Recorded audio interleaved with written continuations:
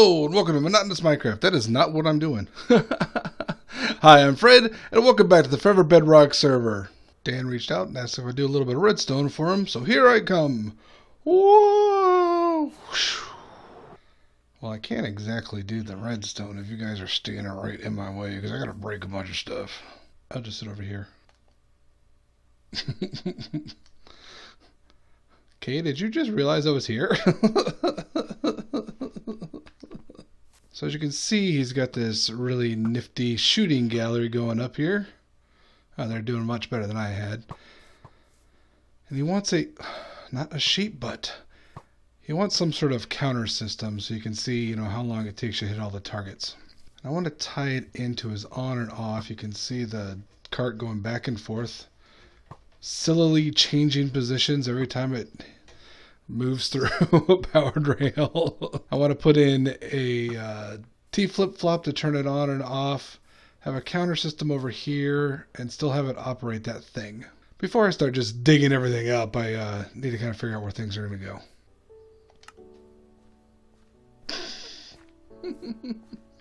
With it!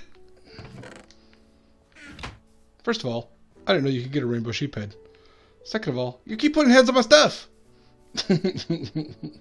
Oh, it's like the prizes you win. That's sweet.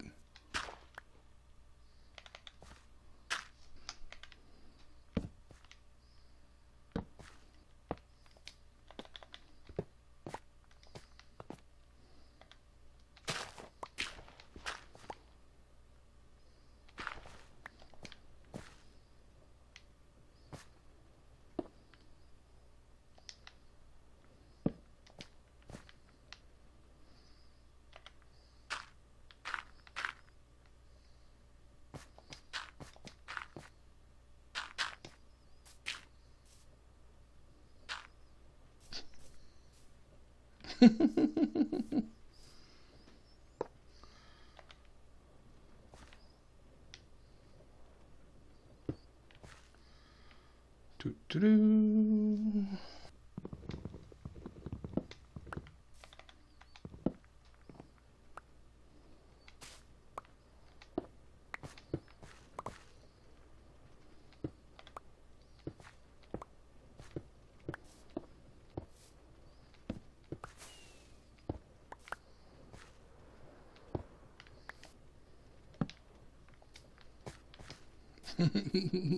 Sure, he's wondering what the heck I'm doing. Don't worry, I'm just destroying everything you built. It's fine.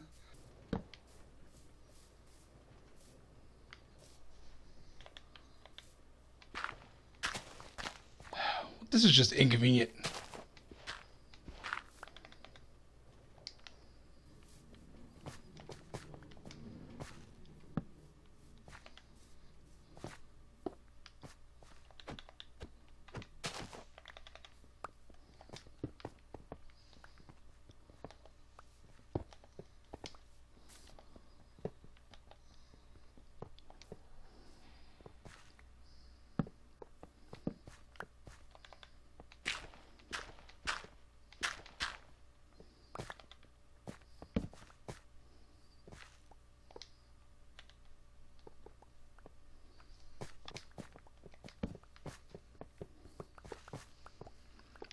Doo-doo-doo.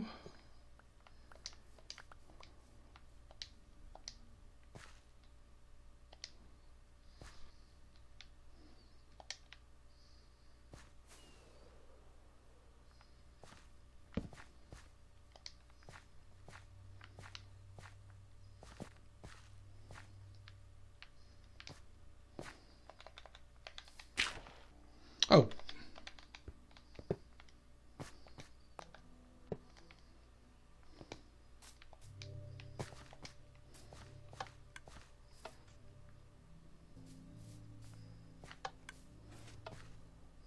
Alright, we have success. You may not know it, but we do. So let's review. Here's a button. It goes down to dropper, dropper, dropper, hopper, with the comparator going out. It's important to have the repeater out there as well. This is our T flip-flop. Hit the button once, it turns it on. Hit the button again, it turns it off. We send a signal down his original path to the that thingy. Send another signal down here. This moves the hopper over here, or the observer out, turns on an observer clock, which then, through the power of redstone, slowly removes the stuff from here into here. So now all we gotta do is put in all this dirt. Some open space is probably okay, or some closed space is probably okay.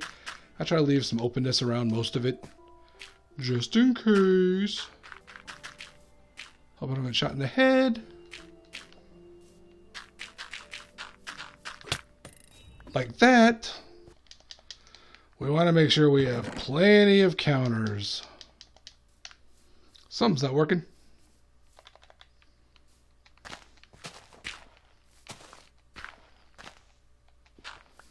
Oh, that was me.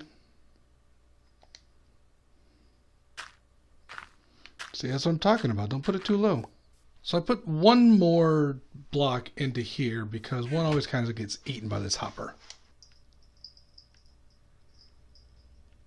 This isn't mob proof. Okay, so the button system I put in wasn't working very well. So I changed it up a bit. Basically by using a different T flip-flop. Which is probably now screwed up because it has dirt in it. For some reason, the one with 3 droppers just wasn't working very well. So this one is actually cheaper even. It's a hopper under here. I'll show you that feeds into this dropper that goes up, blah, blah, blah. Pretty much the same design as before. Just with, you know, one less dropper. They removed the moving minecart because it's just too hard to hit. And I also added a light so that you know when it's on.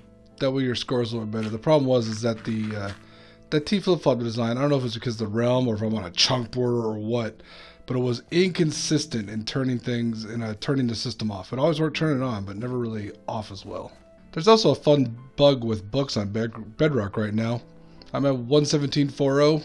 No idea when or if this will ever be fixed. So I mean, yeah, that pops it open, but whatever. You go shoot, shoot, shoot, shoot, shoot. Your score's coming in here. Alright, now let me go back to my base because there's a lot of building I gotta get done. Flash forward to like several days later. It occurred to me that, excuse me, miss, I'm talking here. And it occurs to me that the T and T flip-flop is just toggle. You know, like a lever. Dana's right, we could have just left a lever in here. Why'd I complicate this? There was a reason. Oh, it's because I wanted a pressure plate here, but the problem with the pressure plate here, as we saw, animals just walk right over it. So, yeah, after fixing this the one time, I think I'm going to go back to the lever style. But I'm going to put it over here because that's where the instructions are. That's where our light is. I think it'll just make the most sense. Oh, yeah, I probably have to remove the T flip-flop too.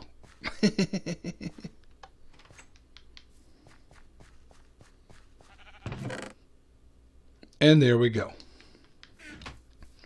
An overcomplicated system, slightly reduced in complexity. Complexity? Alright, let's get back to some base building. Okay, I've spent a little bit of time trying to work through some of this. I still need to go much higher. You can see I'm figured out the height of my main tower. I've also done this massive piece of glass tower. With, woo! Drop chutes are the best. They're quick. It's nice from the outside. And also, I've gone ahead and brought down all of the towers to meet the mountain all the way around. So I'm not sure how much more height I'm going to go. I mean, this main tower is going to be the biggest one. The central section I think is going to be lower than these other two out here and the glass. But they're still going to be much higher, and I'm almost out of white concrete. And speaking of concrete, what was this thing we spied over here? It's a concrete block generator.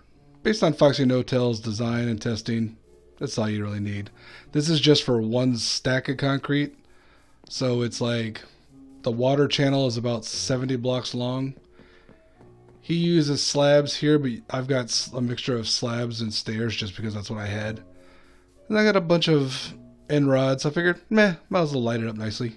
You can see my stairs are gone from the outside now. One torch remains to remind me of their existence. If you want an idea of how long builds take, I had to hollow out this mountain all the way down, put all this glass in. I already had the glass, mind you. And it took me about 19 hours last weekend. Like, seriously, I was on that long during the day. It was like an hour-long break for food at one point. That was it. Now it's time for everyone's favorite game show. How bad is Fred at games?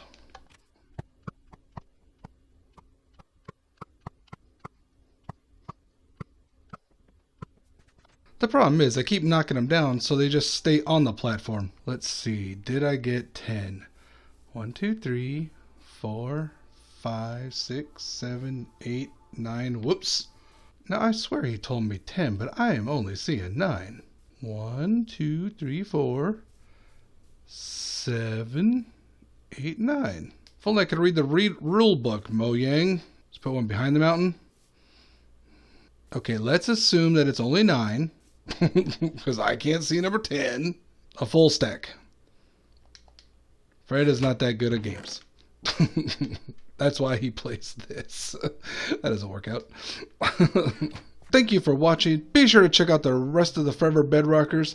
And hey, I'm caught up with YouTube again. If you got some other Bedrock creators you'd like to watch on YouTube, drop their names down there. Are you one? Tell me. If you like the fun we had here today with bows, you should go check out the Raid Farm one, where due to lag issues, I shot Jonathan several times. I'll talk to y'all later. Bye.